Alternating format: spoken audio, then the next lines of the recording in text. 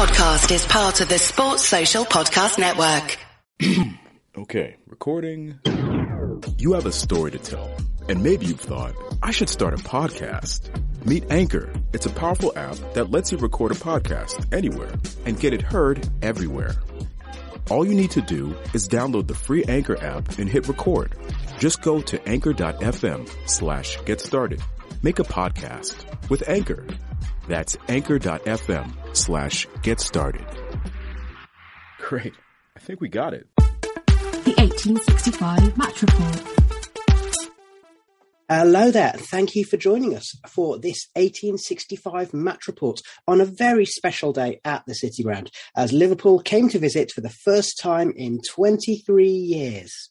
Now, the match did end 1-0 to the visitors with a late goal from Diogo Jota settling affairs, and it was a good spectacle, and I think we can say that the Reds can really hold their heads up high after putting in a creditable display. Now, in a little while, we're going to dissect the match with Tom and Baz, and we'll get a view from the opposition. But first, let's have a look at the teams. So Forest were forced-ish into changing formation. They actually started the match with Joe Lolly coming in for the injured Scott McKenna. So it was a 4-2-3-1 with Horvath in goal, Spence, Colback, Worrall and Figueiredo in the back four, Lolly and Johnson on the wings with Yates and Garner in central midfield and Zinckernagel playing in the number 10 role behind Keenan Davis.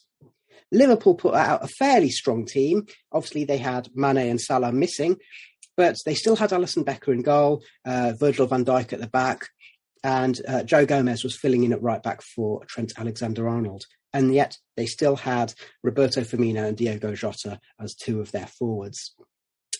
So let's talk about the match. We're joined by the Maradona Midlands. How are you doing?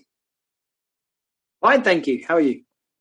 Yeah, well, I mean, apart from the result, the way I put it is gutted but proud. So we'll come on to those feelings a little bit later. We're also really pleased to be joined by Liverpool fan Johnny Shah. So welcome to 1865, Johnny. It's great to be here. Thanks for inviting me, Rich. Good to see you, Maradona of the Midlands. Yeah, and as the listener may have guessed, Johnny, we've known each other, and the Maradona of the Midlands, we've all known each other for about 25 years. And I think this is only the second or third time that Forest and Liverpool have played each other in that time. Johnny, did you feel a sense of occasion on this one? Oh, very much so. I mean, it's one that I've really been excited for, 23 years since Forest played Liverpool. I'm probably just a bit too young for the famous rivalry of the late 70s and the early 80s. But yeah, it's been a big hyped match, one I was looking forward to, and we weren't disappointed. Well, quite. And just before we move to the Maradona of the Midlands, Johnny, there's lots of stuff on social media from both clubs. Obviously, some of it was very poignant, marking the fact that the last time these two teams played each other in the FA Cup, it was in the aftermath of the Hillsborough disaster. So lots of tributes and some poignant moments. But also it's interesting to see the Liverpool social media engaging in, a bit of a trip down memory lane, similar to what the Forest social media team did. So again, that sense of occasion. So were you surprised by how much Liverpool were putting into it? Yeah, it was really nice to see. And of course, the 97 is such a close part of Liverpool's DNA of our club. So it was just tremendous to see Forest respecting that and paying their own tribute. And yeah, a nice bit of friendly banter, but also respect as well. So I think that carried over into what was a really good game. Okay. Now, Maradona of the Midlands, I'm going to come to you. Firstly, did you feel a sense of occasion on this one? Were you excited? I did see you'd put a message in one of our group chats earlier saying, I'm a bit nervous now. Yeah, just the whole build-up to it's been quite extraordinary. It's just Talk Sport more or less devoted the whole their morning output to Forest, and there's been so many articles in the national press. And it's just sort of crept up on you. I was more maybe nervous. I didn't want us to embarrass ourselves. I didn't want all the good work that's gone on the last couple of months to be undone and us to get a complete battering. So that was maybe why I was nervous. I didn't really expect us to win, but as you said before, very, very proud of the lads. And considering even the starting line, and I totted up, maybe Liverpool lineup was worth about £250 million. And when they brought the subs on, it was maybe up to about £500 million. And our starting lineup was worth about £2 or £3 million. I just couldn't be any prouder. It was just really stayed in the game, really competed well, and did us all proud. Johnny, just on that team selection, were you surprised that Jurgen Klopp did go for, with one or two exceptions, a relatively strong team? Not so. I mean, it was still 7 changes, I think, from our last game. So a lot of rotation, I think. Some experience, sure. You mentioned Van Dijk, Allison, but I think that was respect to the occasion and actually getting as far as we have in the FA Cup, which is something Klopp has never managed in the 7 years he's been, our manager. So yeah, I think using the rotation was good. It was a good lineup, a good strong team, and again, giving respect to Forest, really. Before we go on, I've just got to say, just in terms of my thoughts before going on to say how I felt Liverpool did, a huge well done to Forest for giving such a close and well fought game. I mean, it was right to the end, such a narrow result. Lots of moments to talk about, but I was so impressed. So well done, Forest. Thank you. So let's move on to some of the action then. In terms of key moments, I think one of the in the first half, the way I would characterise it is that Liverpool were the better team, but I don't think it'd be fair to say that Forest were entirely second best Maradona in the Midlands. I mean, although Liverpool had more shots, a lot of those were from range. Horvath had to make a couple of saves, and we'll come on to one or two of those in a bit. But also at the same time, there was that moment relatively early on where there was a cross from Zinckernagel and it went across the face of goal. Lolly was coming in the back stick, and if he'd been if it'd been Brennan Johnson in that position, do you think he'd have shot rather than trying to square it back across? Yeah, I mean, we've said down the years that Joe Lolly's a right foot away from being a Premier League player. He should have really scored. He should have scored. He did. It was there for him to sort of just put his laces through it and hit it low and hard into the near post. But you could tell the quality of the Liverpool players. There wasn't like a massive gulf, but they were just a little bit better at everything. Just a little bit quicker, a little bit better touch, a little bit better at picking out passes, and you could see that sort of classiness. But for the first 35 minutes or so, we held our own. You could see there's a bit of a tiring effect on them just before half time. I was just thinking, let's just hang on till half time now. They're getting a bit ragged, but they matched them pretty much.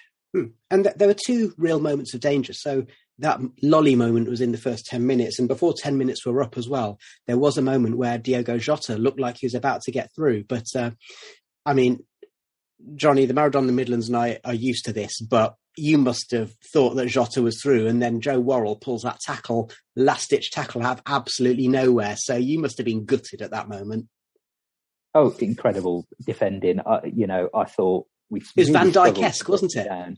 It really was. And, I think he was man of the match in the end, Joe Worrall. Well deserved, because I thought he marshalled your defence superbly, and time and again there were some close moments. We were in good positions and we were snuffed out.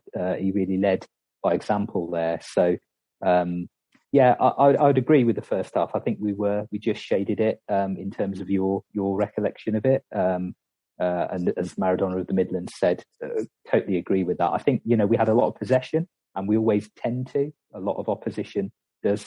I thought that was brave of Forest actually to give us a lot of possession and then almost be a case of, okay, come and break us down, come and get in behind us.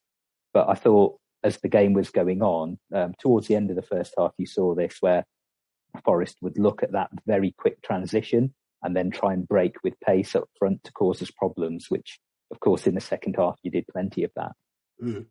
Just one other note about the first half. I think although Liverpool had the greater number of shots, the only real clear-cut chance was after a poor intervention by Jack Colback, which ended up putting Roberto Firmino through. And he decided to try and chip Ethan Horvath.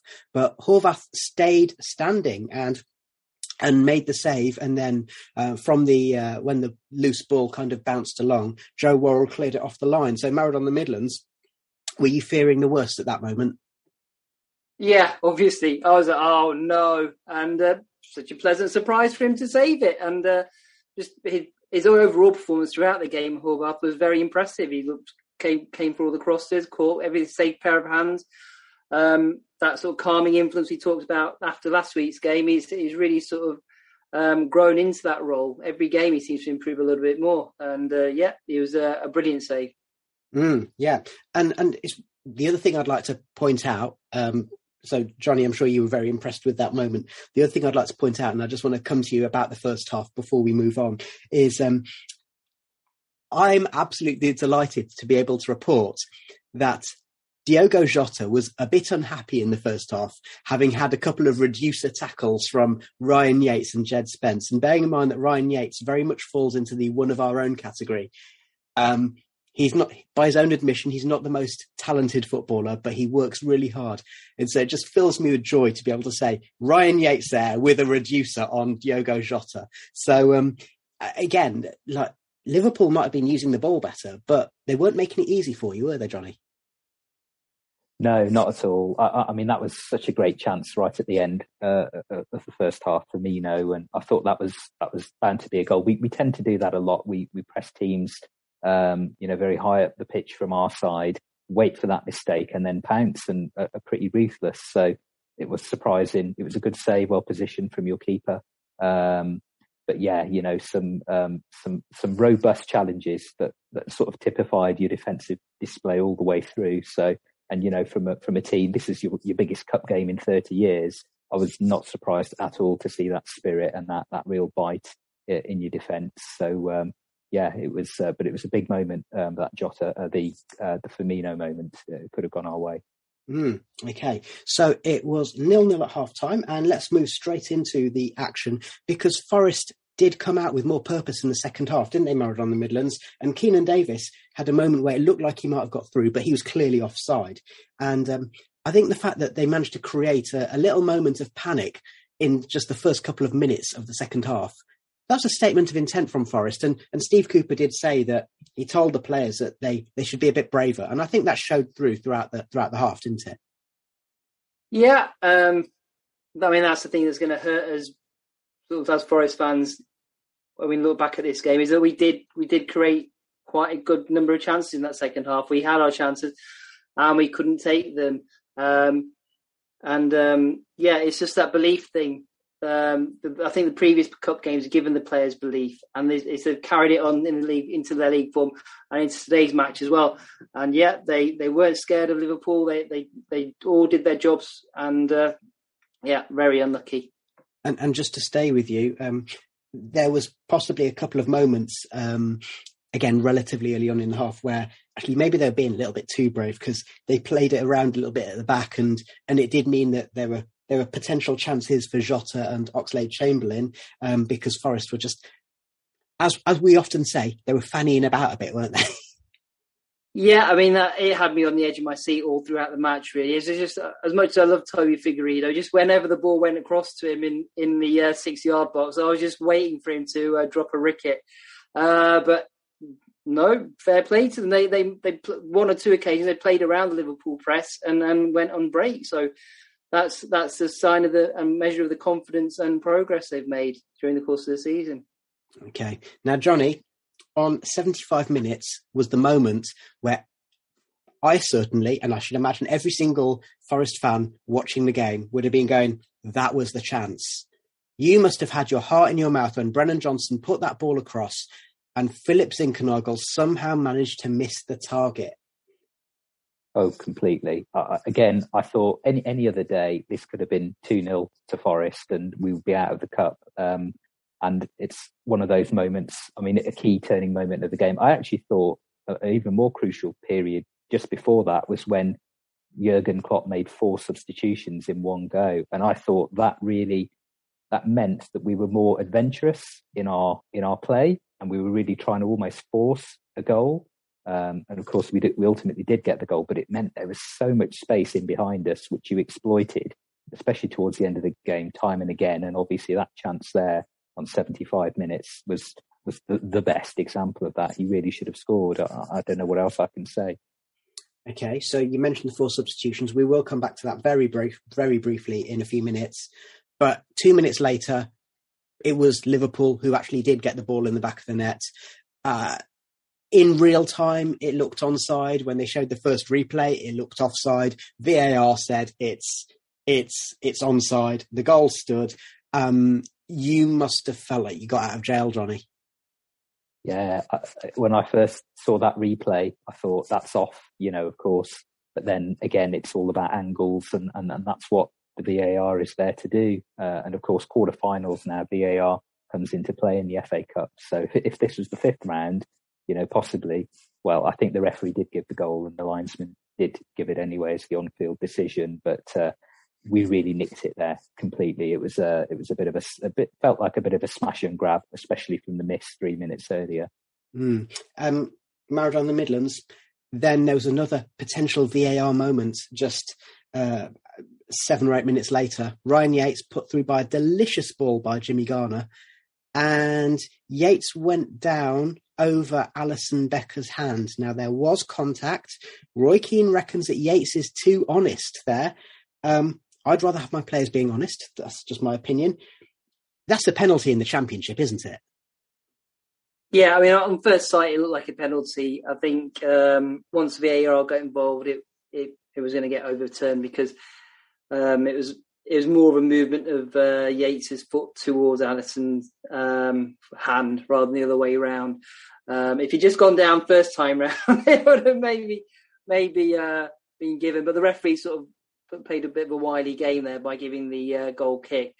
Because if he'd given the penalty, maybe it wouldn't have been overturned because it maybe wouldn't have been such an obvious error. But I think he covered his back there. And there was an interesting comment from Steve Hodge on Radio Nottingham afterwards, where he spoke to a Liverpool journalist pre-match, and he said, if there's any tight VAR decisions, you know which way they're going to go, don't you? And he meant Liverpool's way. LiVARpool. So, yeah, exactly, LiVARpool, yeah. Yeah. But, and Johnny, just to come to you, it was Forest who had the chances to get back into it rather than Liverpool having the chances to extend their lead. Ryan Yates had a header on 89 minutes. He just couldn't. The cross didn't have enough energy on it, so Yates couldn't get enough power behind it, and it fell into Allison's hands. And then Cafu, right at the end, chested it down brilliantly, but was off balance and hit the ball over. You must have been on the edge of your seat. Oh, completely. As I said, with those substitutions, it stretched the game a lot more, and I thought that worked in your favour. You could get those turnovers and break at pace with us, which you've mentioned those 3 or 4 times, and by far finished the stronger team. I thought, the last half an hour, it was all Forest, really. Just on the penalty, 2 things I'd say. The first thing, absolutely, I'd agree, definite contact there, not just in the Championship, in the Premier League in Europe, that's a penalty. So I think we really did get away with one there. Just looking at it back again, I'm just thinking, did he try and stay on his feet? Was that his initial reaction? He tried to stay on his feet, because if he stays on his feet and he gets to the ball, it's a goal. But when he realised he wasn't going to get to the ball, perhaps he lost his balance and then went down, and maybe that was too late for the ref. So I think if he'd have not tried to stay on his feet, as you say, maybe perhaps been a bit less honest, that's a penalty. And then, wherever it can go, it's a great chance for Forest to equalise. We'll be talking about that with Baz and Tom a little bit later. So it ended 1-0 to the visitors. Liverpool's first victory at the City Ground since 1984, I think, something like that. So it's been a long time. Okay, we haven't played each other for a long time as well. Now, you mentioned the 4 substitutions, Johnny. Is that a sign of the fact that Forest gave you a proper match today? Yeah, 100%. It was a sign of Jurgen really wanting to get the game done and dusted. As I say, perhaps forcing it, taking a bit more risk, which you exploited. But yeah, I think up until those substitutions, we were fairly comfortable. We dominated the possession, perhaps created a couple of half chances here and there.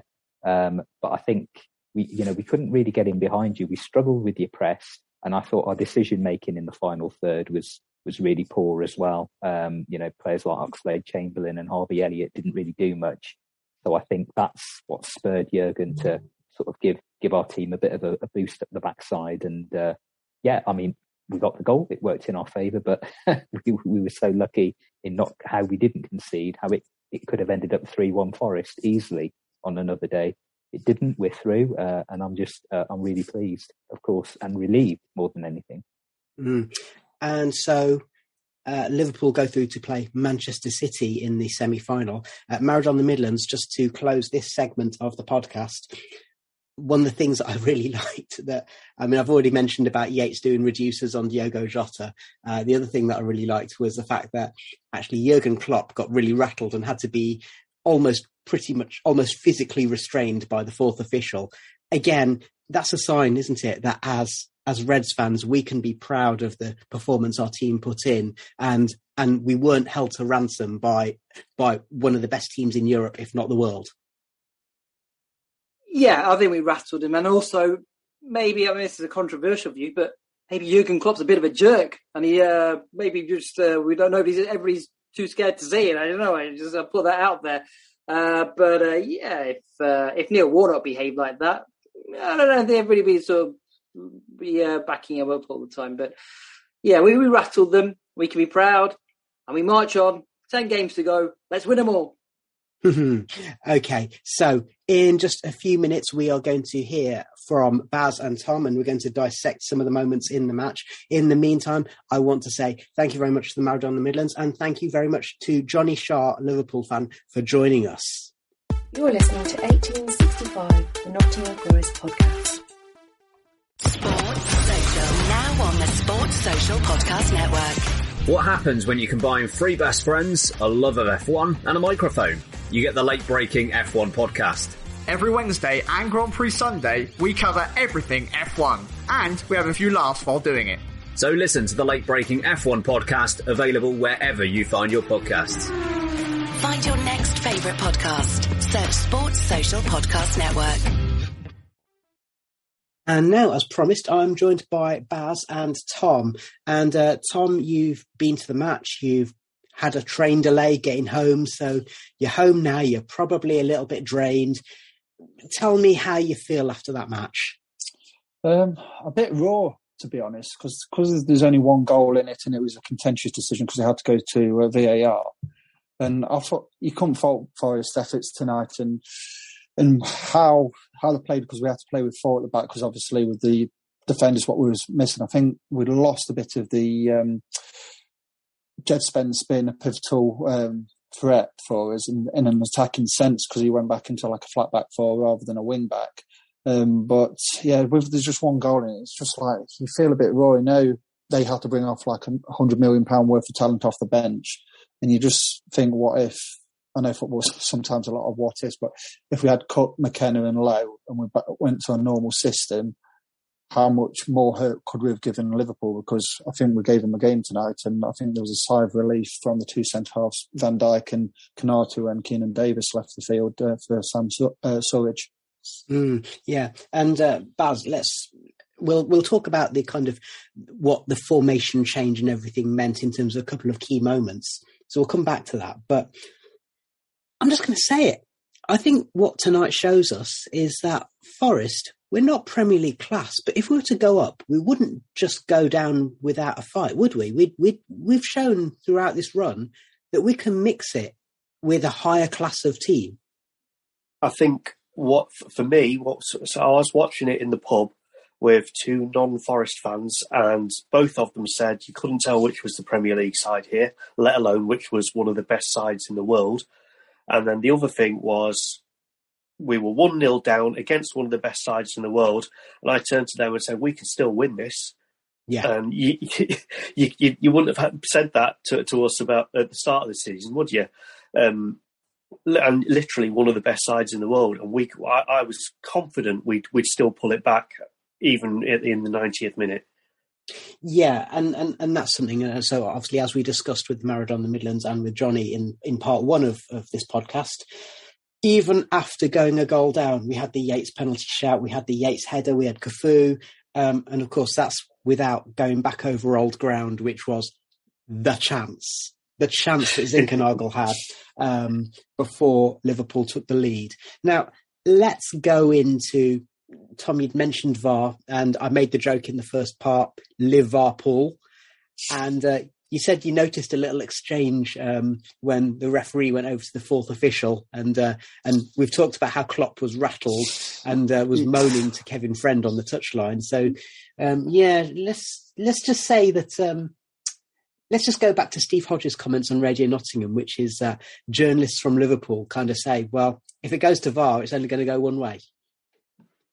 Yeah, and it's just frustrating. It's like I've looked on like stills on social media since, and it's not 100% clear, is it? It's Figueiredo's shoulder what's keeping him Jota onside, and when has the shoulder been part of football? You know what I mean? It's just little things like that. And I'm not going to say the famous quote what Mark Warburton says at fine margins, but it is that, isn't it? It's like a shoulder has been the difference between us taking Liverpool to extra time and potentially penalties, and obviously they've got Liverpool live for like thankfully for VAR for them, they're into the semi-final again. Just incredibly frustrating it's come to that. But Tom, even with that VAR decision going, the thing with VAR for offsides, I've always hated VAR for offside. Angles and all of that kind of stuff. We've all seen stills from VAR where you look and the perspective looks completely odd, and that's what's frustrating about it. But even with that, and even with the referee being very clever, as we discussed in part one, with the penalty shout, whereby in the Championship that'd be given as a penalty, in a match with VAR, a Premier League referee holds fire knowing that VAR are going to hold up his decision no matter which way it's given because it's not clear and obvious. So these are the things. I think VAR is a good thing, but the way in which it's enforced probably has some room for improvement. But even taking that into account, Tom, we still had the chances to win it in our own right, didn't we? Yeah, especially the Zinckernagel chance. And it was one of those, as soon as he missed it, and when you look back in, it's like, I think he's gone with the wrong foot, to be honest. And he just snatched at the chance. And you just had like a feeling, well, especially around us, that was your chance. And Forest, unfortunately, fluffed it. And if it was like somebody like, say, Brennan Johnson, for example, who he was okay tonight, but he wasn't his normal self, I think he would have put it away, and especially Lewis Grabban would have put it away. But unfortunately, it went to Philip Zinckernagel. He didn't take the chance, and we all thought that was our chance, and it was a golden chance, and he didn't even get it on target. So it was a poor finish in my eyes. Okay. Baz, I think this brings us, we said we'd talk about the formation. Let's do that now. So we're kind of forced into the 4-2-3-1, and it didn't look bad. It looked competitive, but there were 2 or 3 moments where I thought you could really tell that if we'd been playing with our standard 3 at the back, 3-4-1-2 kind of formation, and what Tom's just said there is one of those. I think if we'd been playing the 3-4-1-2, then it wouldn't necessarily have been Zinckernagel in that position. It probably would have been Keenan Davis. Brennan Johnson would have been playing in a more central role rather than stuck out with chalk on his boots. So just from an attacking sense, what do you think in that way? Well, actually, I think the biggest difference was actually, and partly because it was Lolly coming in, but you didn't have Johnson and Spence working together, which they constitute. That's what makes people double up, is the fact that you've got those two, that much pace on one side of the field like that, and we didn't have that for most of the game today. So that made a big difference to us and the way we played. The other thing I thought was, and you could see it with the way we play, there's quite often moments where we play the ball out of the back and you're thinking, just hoof it. Whereas today, Liverpool and the formation made us just hoof it. We couldn't get the ball to stick because they were pressing us so well, and because I think if we had that 3, McKenna, Cook and Worrall, they'd be more comfortable playing it between themselves until an opening appeared. Whereas now we just had to get it forwards so that it wasn't on our back line.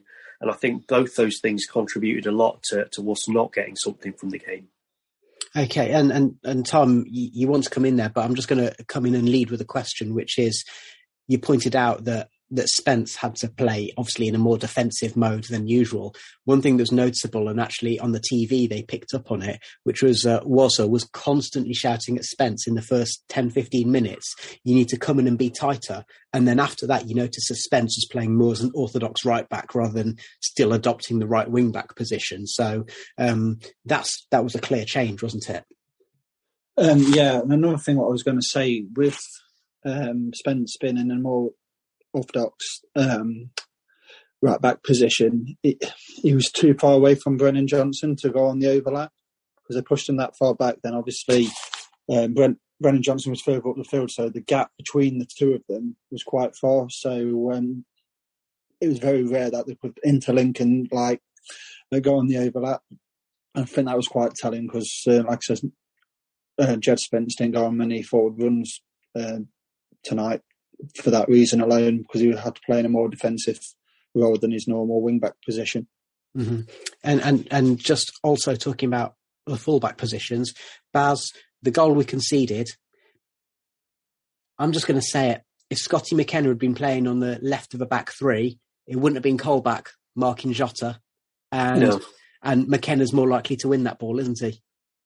The other thing I'd say is, a lot of the time when we lost the ball, when we were in the what they call the transition, a lot of the time it was Figs and Colback who were losing the ball. And if it had been, again, that back three, then we would have kept it, or the ball would have gone forwards to Colback playing as a wing back rather than Colback as a left back. And that would have given us more options to retain possession. Mm-hmm. You had mentioned Lolly earlier on, and playing on the right wing. I'm just going to say it, he looked like the old Joe Lolly again, just like he did in his cameo appearance the other night against QPR. He did, even down to cutting inside and shooting when probably a pass would have been better. and just on that topic, he didn't have the same freedom to go forward a lot of the time, as we know. But I'm wondering as well if, as we had to go to that 4-2-3-1, I'm wondering if that's part of the reason why Lolly was selected to play on the right, was to offer maybe a little bit more defensive security than Johnson would have done if it'd been Spence and Johnson in a 4-2-3-1 rather than a 3-4-1-2. What do you think? Yeah, and part of me was was thinking maybe we would have when I saw the lineup without knowing the positions, I was wondering maybe it would be a back three with Yates in there and then Lolly playing as a wing back, but because I'm pretty sure he could do that role because he's got that extra defensive capability. Mm-hmm. Okay. Tom, I mentioned it earlier to Johnny and the Maradona Midlands, but Steve Cooper said in his post-match interview that he asked the players to be braver with the ball and take more responsibility with the ball. And yes, there are a few hairy moments when they were possibly overplaying it because Liverpool pressed so high.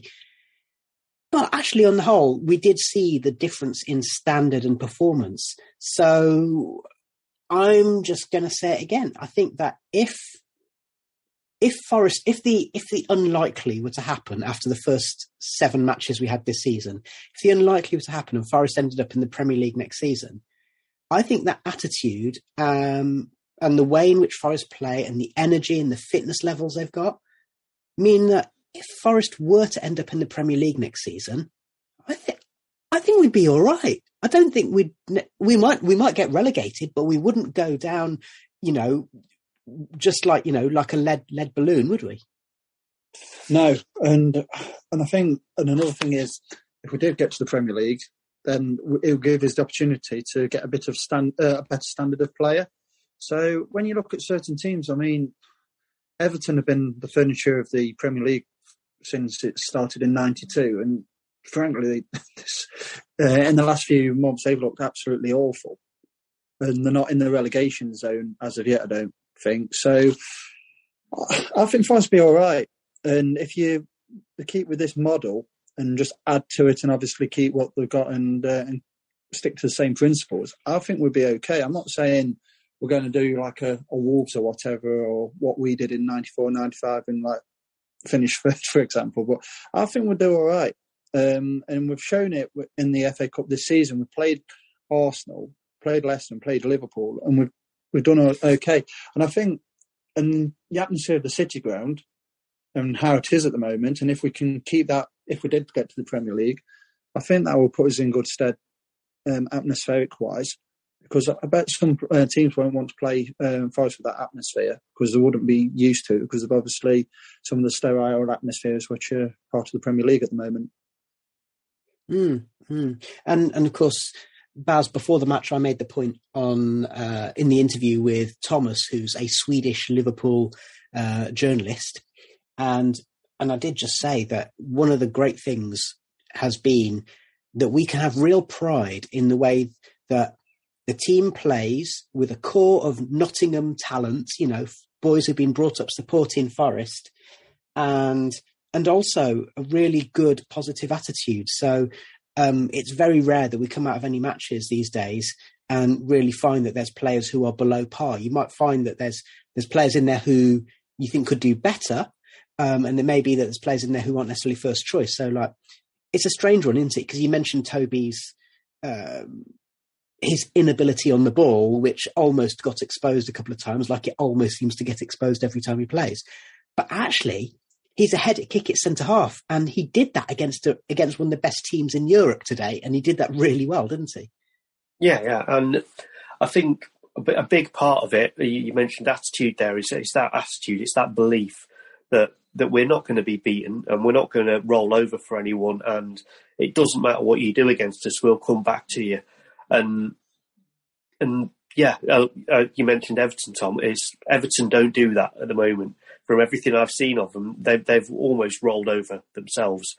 So the fact that we don't do that, the Premier League teams aren't going to like that. And then they're the way the Premier League is structured is you can predict what matches are going to end up like a lot of the time, and we're not going to let that prediction govern where we end up. This side at the moment, definitely. And on that theme, Tom, we've heard a lot about the next man up theme, and bringing the next person into the squad, and they can pick up. And Cooper has said, when players are out, I want them to not be happy to be out, but I want them to respond in a positive way. And we've seen that from Lolly and Toby in particular in the last couple of matches, haven't we? Definitely. And another player who is trumpeted at the bit, and every time he's come on, he's made a difference, and that's Cafu. And apparently, by all accounts, he's a really positive member of the squad. And he hasn't had like a consistent run in the side. So, and when he has come on, he's played well. So he's another one who just goes to show, like the likes of with Lolly and Figueiredo, that he wants to start. And that all goes down to Steve Cooper and the mentalities instilled in this team, where there's a real belief in the attitude spot on every single game we're playing in now. The attitude spot on, and you just know that they're going to fight to the last to get a result. Yeah, and Baz, I think that brings us full circle to where this conversation started, didn't it? Which is that we're 1-0 down, having conceded a late goal to one of the best teams in Europe, if not the world, when we should have took the lead 2 minutes earlier. And yet, for those last 10 minutes plus stoppage time, there's only one team who's going to score. This Forest team just keep going, don't they? Absolutely. And it was. I got a text from a Liverpool fan that I know shortly after the match, and he said, "Your guys did really, really well." And I was like, "Yeah, I thought we were going to win it." And he went, "So did I." Mm. And as we heard from Johnny earlier, yeah, that you can get it from one person, you can get it from two people, but there seems to be a bit of a consensus that Liverpool were a little bit rattled by that, and. Yep. And, so they go from that match to playing Manchester City in the semi-final, which obviously was a bit of a carrot, but it's not like they'll have come through. This was the closest of the quarterfinals. Out of all the matches that we saw this weekend, it was the closest match by a long, long way, not just in terms of scoreline, but in terms of the two teams playing it on an almost equal footing. So, we do need to finish up. We've got a 2-week international break coming up before we resume, and we will be bringing you one of our monthly Forest Ramble podcasts. But from both of you, if you can just give me in a sentence how you feel after tonight's match. And Tom, I'm going to come to you first. Initial feeling is raw, but I'm proud. Okay, and Baz? We could have won that. I'd love to see what we do against Man City. Okay, and on that note, I'm going to say thank you very much to Tom Newton, to Baz, to Johnny Shah, to the Maradona the Midlands. I'm Rich Ferraro. I want to say thank you to you, listener, for joining us. It's been a proud night. I think we've done Nottingham proud. The team have done Nottingham proud. The fans have done Nottingham proud. And we can all walk away with our heads held high. So enjoy the international break, and we'll be back in your feeds very soon.